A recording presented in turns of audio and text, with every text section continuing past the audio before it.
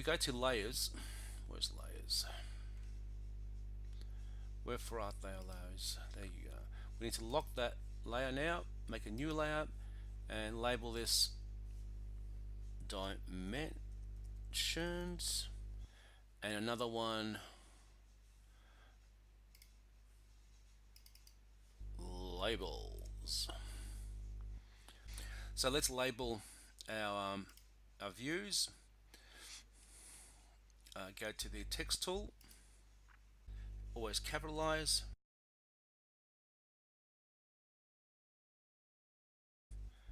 Let's just select those, Command X, and just unselect, otherwise it'll paste back into that same thing again. Command V, and then Command X. What you want to do is bring our guides back, Command colon, and just bring in, there we go. I think I need to go a little higher up. Make sure they're centered. That looks about right. Good. We've got our labels in. Lock the labels away. Now we need to work with dimensions. Could get rid of the bulk of those guidelines. Of course, the way you simply would do it is go to View, Guides, Clear once you've selected them. Oh no, the reason why that's not been highlighted is because that layer on which they have been used is locked, so you would have to unlock it. So if we went back to Artwork Layer, View, Guides, Clear Guides, and we can bring back some important ones we need for dimensioning, but at least all that other stuff is gone and it's less cluttered. Let's lock that again, back to dimensions, and let's put in the key, most important dimensions. Okay.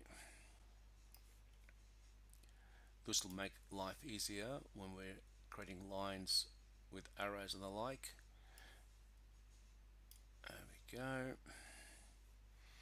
And let's see, what else could we have? Height of the cone. I'm going to have all these heights, in fact, but there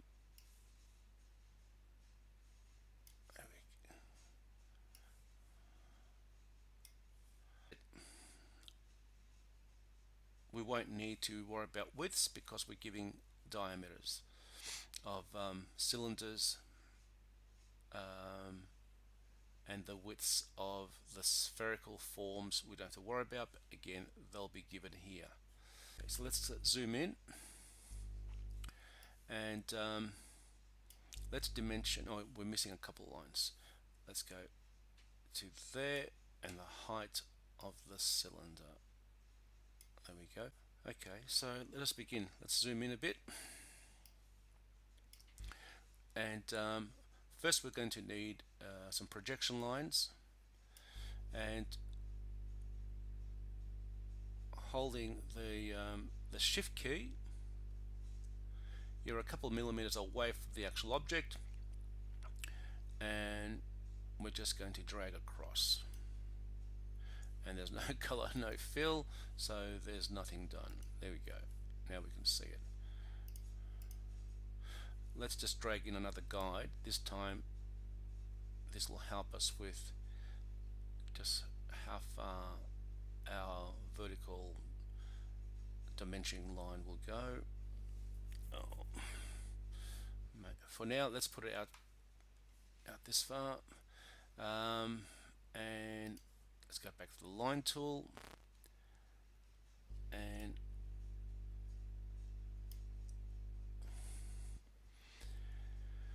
right, so we've got our main height, so we can now put our line in,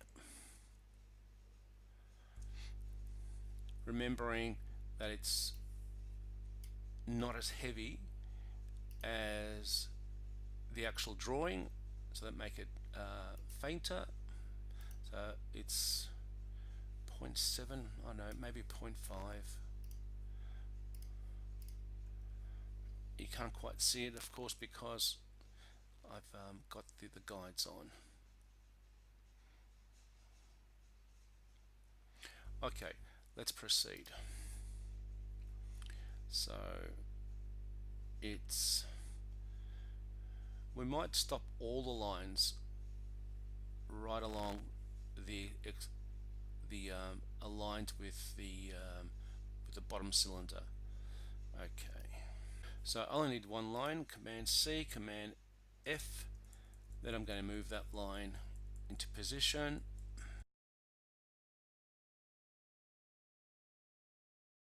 So we've got all our main dimensions.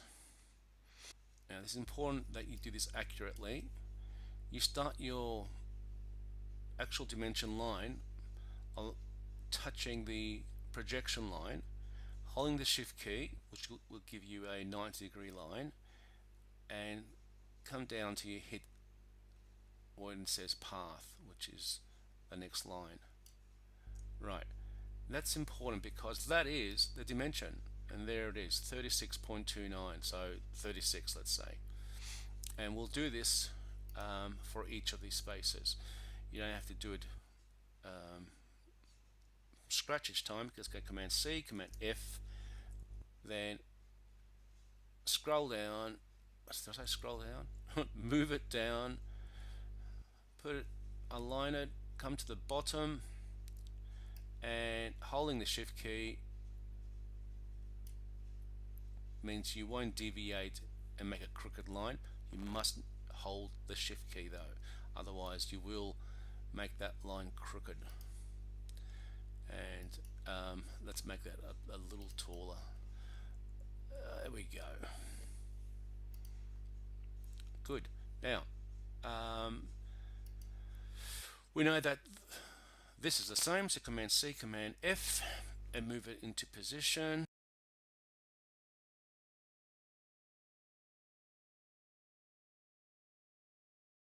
And we don't want it to be touching.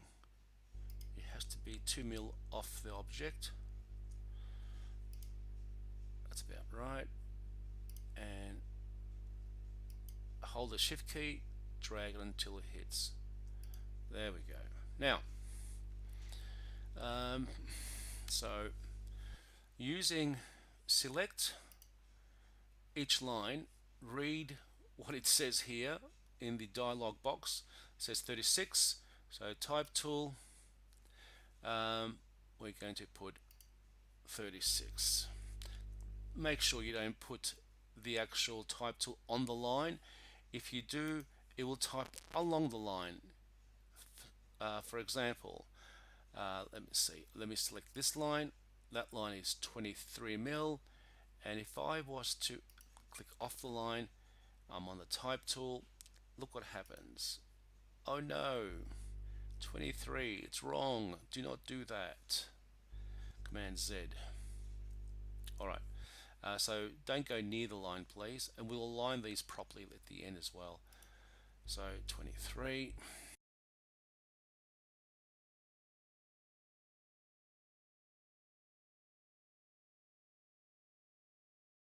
And what is that line? 5.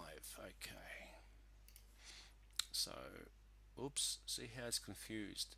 I'm going to put it out here, 5, and then I'm going to drag it across. Now,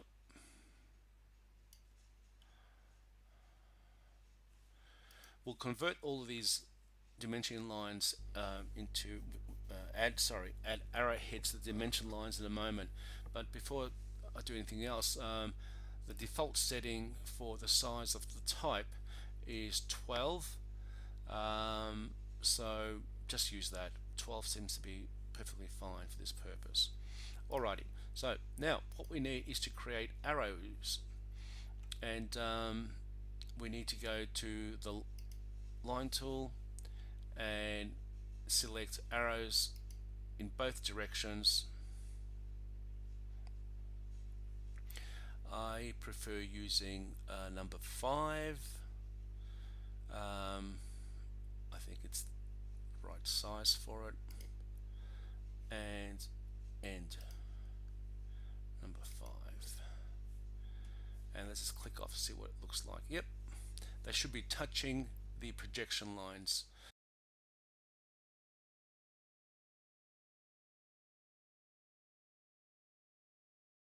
We now have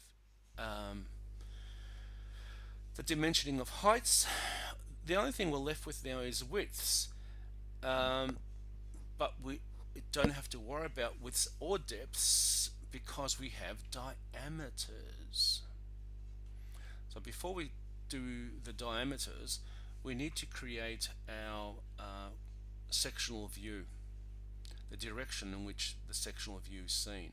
So let's go back to our guides, unlock, and that way we can find the center.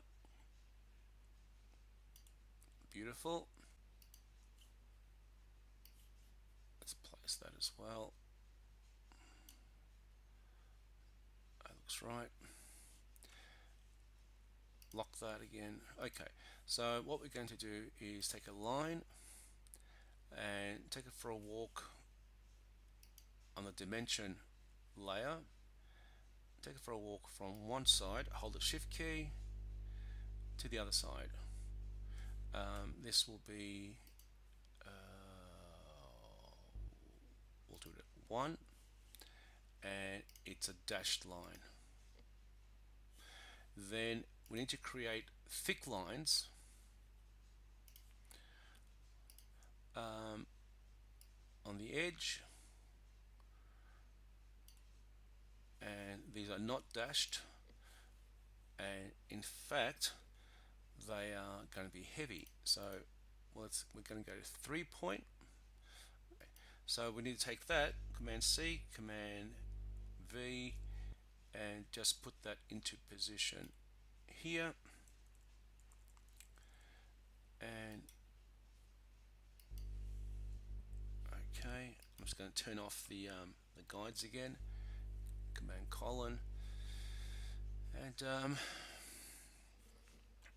we need to create little arrows, straight line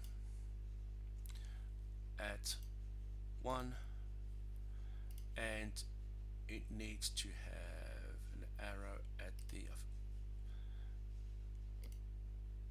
top.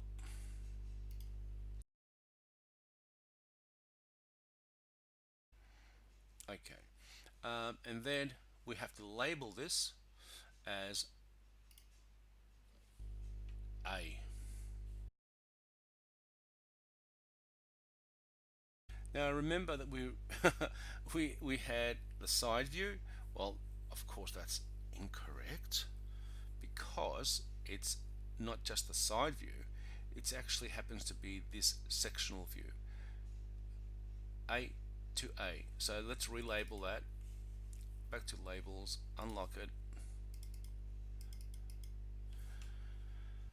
section A, and let's center that. Beautiful. Okay, now that reads correct. Okay, now all that is left for dimensioning is the diameters. So this should be fairly straightforward. So let's start with the smallest one.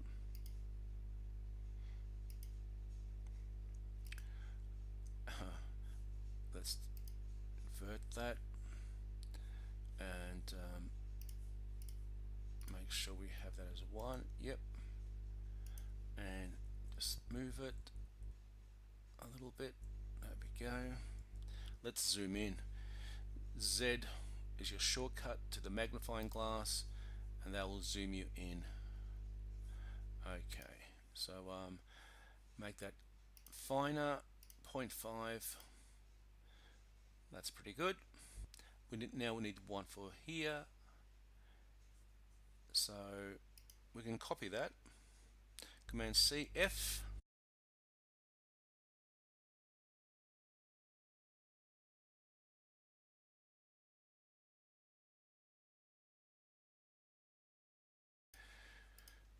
So we need to unlock again. Take a reading, go to the transform tool, and it's, let's say, 53. There it is, 52.99999. 53 it is. Type tool, and again, if you go on the line, it'd be no good.